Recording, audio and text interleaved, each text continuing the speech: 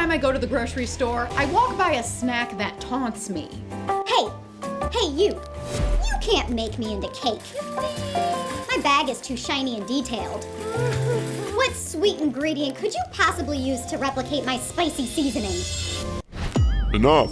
That's it. I'm doing it. My name is Natalie Sideserf, and I make cakes that don't look like cakes. And today I'm going to make a cake of Takis.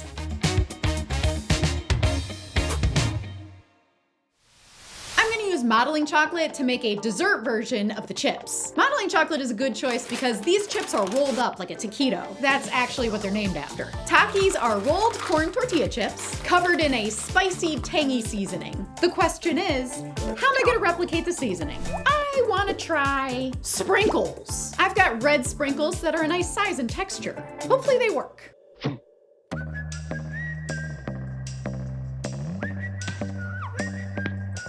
When a Taki chip is rolled out, it seems to be oval. I originally thought they were circle, but I think they're oval. So I'm hand cutting modeling chocolate into an oval shape. I'm painting a thin layer of red food color on the chips in a watercolor style.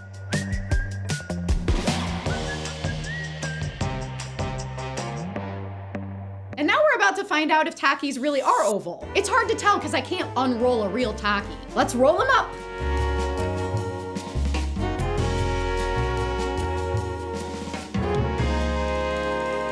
It looks pretty good. We did it! I'm spraying the chocolate chips with a little bit of water. Hopefully that helps the sprinkles stick. This is a really fun way to add sweet seasoning to a cake. I hope this looks like seasoning. I think they look good. I think they look like Takis. And now we gotta figure out how to make the bag. If you haven't noticed, we're making the flavor Fuego. However, I also bought these other flavors. I wasn't sure which one I wanted to make. Before we move on, let's do a Taki taste test. Let's start with Fuego. This is the only flavor I've ever tried, and I don't even really remember what it tastes like. Kind of spicy. I don't remember it being that spicy the first time. Ooh, it's good though. It's funny because you can really taste the lime. Those are good. Let's rate them. Fuego, delicious. Would eat again. I'm gonna rate this flavor 8 out of 10. Next flavor, chili limon. Isn't that just lime and chili? Isn't that the same flavor as the Fuego? Let's see if they taste different. They do look different, so they definitely taste different. There is way more lime flavor in these. I could taste the lime with Fuego, but the lime is, I'm gonna rate the chili limon 6 out of 10. I like the Fuego better. Next up, Zombie. what does that even mean? Let's open them. Wow. I didn't realize they were gonna be green. Oh, it smells weird. All right, zombie. The heat is at the end there. Mouth's hot. They're habanero and cucumber, and not in that order. The first thing you taste is cucumber and then habanero. I don't know how to feel about these. They're really hot. I think they're the hottest for me. Oh my goodness. I might be done on those. I'm giving Zombie a 7. Oh, I forgot the green screen. They're green, sorry. I'm gonna give Zombie a 7.5. I'm like iffy about them, but I like that I'm iffy about them. It's weird. It's a weird relationship. And finally, Blue Heat. Is my stomach mad at me? Maybe a little bit. These are hot. Nose is starting to run.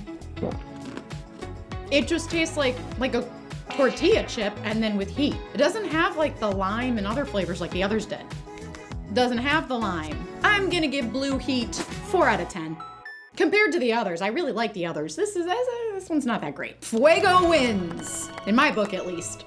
It's the most popular flavor. I see why. I need to make an edible version of this bag, so I'm gonna try something crazy. I cleaned out the bag so there's no more seasoning inside of it, and now I'm gonna fill it with melted chocolate.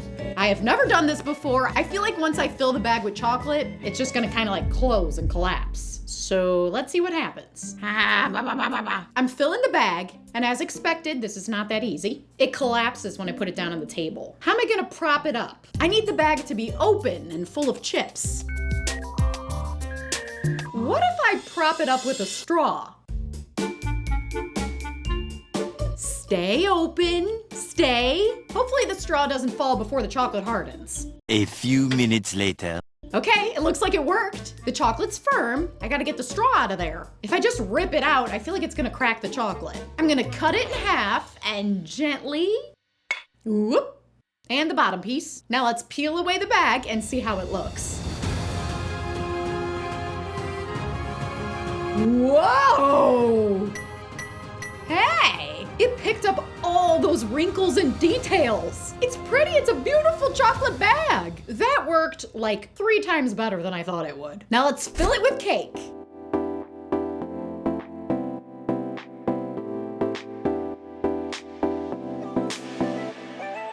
Now I need to add the design without losing all that cool detail. We gotta do it. Let's do it. Do you wear clothes or know someone who does? Well, get yourself some more by heading over to Sideserfcakes.com. That's where you can get some Sideserf Cake Studio clothes. Like this shirt of Paige, the cake notebook. I just got this apron in. And I love it. I also got a shirt of Bob the Boba, Larry the Onion. And all designs come in kid and adult sizes. But not just t-shirts, there's all kinds of stuff. I'll put a link below so you don't get lost on your way to the store. And now back to the cake. This moment right here is why I've been avoiding making a cake of Takis. The best way to add realistic packaging is to print it off onto edible sugar paper. Now, this looks good. The chocolate bag looks good. The edible sugar printout looks good. But now we gotta combine them. That's the part I'm worried about. Will this be a beautiful marriage, a match made in heaven? Or will the edible sugar sheet not wrap around the cake properly? It might tear. I might lose all that cool wrinkly detail. Sugar paper is not like real paper. It's very fragile and it rips easily. I'm spraying the bag with water to get the sugar sheet to stick. That's where it gets tricky, because if any little bit of water gets onto the printed side of the sugar sheet, it smudges and you get food color everywhere. What I'm getting at is I have to be really careful. All right, let's place it on. Gently, gentle. Now I'm gonna slowly work it into the wrinkles and add that bottom flap. The bag looks pretty good, but I'm really gonna know how it looks once I add the edible glaze to the outside. Let's get the Takis in there first and add some fine little gold details. And finally, I'll spray the whole thing with edible glaze. And there you have it, a Taki cake. I finally made a Taki cake, I can't believe it. I sprayed the bag with an edible glaze, and that shine really makes the folds show. This cake has pretty wrinkles. I really like the texture that the sugar gives the chips. Now let's cut it.